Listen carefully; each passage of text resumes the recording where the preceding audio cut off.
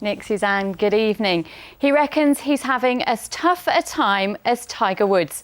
The Wolves boss Mick McCarthy says he's now as unpopular as the golfer after changing everyone but the goalkeeper for their game at Manchester United.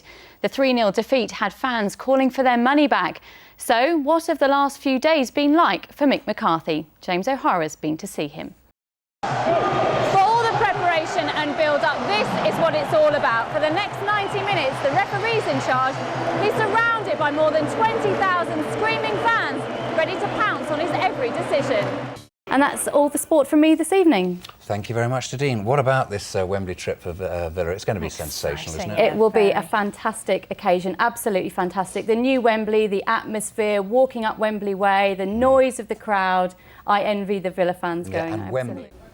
Suzanne, Lord Coe's visit to Staffordshire has started out today at Wedgwood, where the company has been given the rights to produce official London 2012 souvenir merchandise. But I've been speaking to people in Stoke-on-Trent, and it's fair to say they've got quite mixed views about what benefits the 2012 Olympics will bring to this area.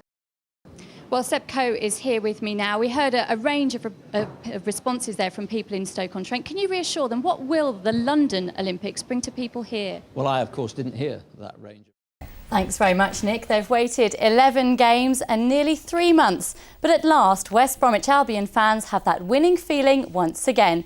Yesterday's 2-1 victory over Manchester City still hasn't moved them off the bottom of the Premier League, but it has given them real hope of survival. Nick Clitheroe reports. As the sun sets over London this evening, work's still going on the site behind me. There are less than 3 years to go until the Olympic Games begin.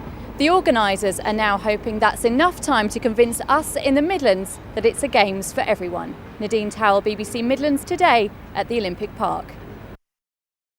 Good morning, I'm Nadine Towell. Now the news, travel and weather in the Midlands.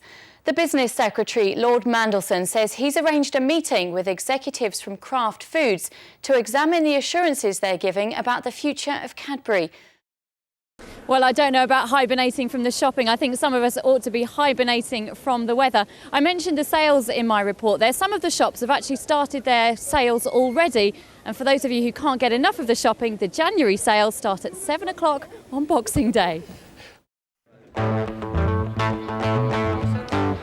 It's one of the biggest events on the snooker calendar, and it's here in Telford.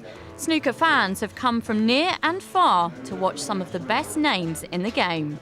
And whoever said that snooker was boring clearly hasn't been watching this week. As for my snooker lesson, maybe there is hope after all. Brilliant. Get in there!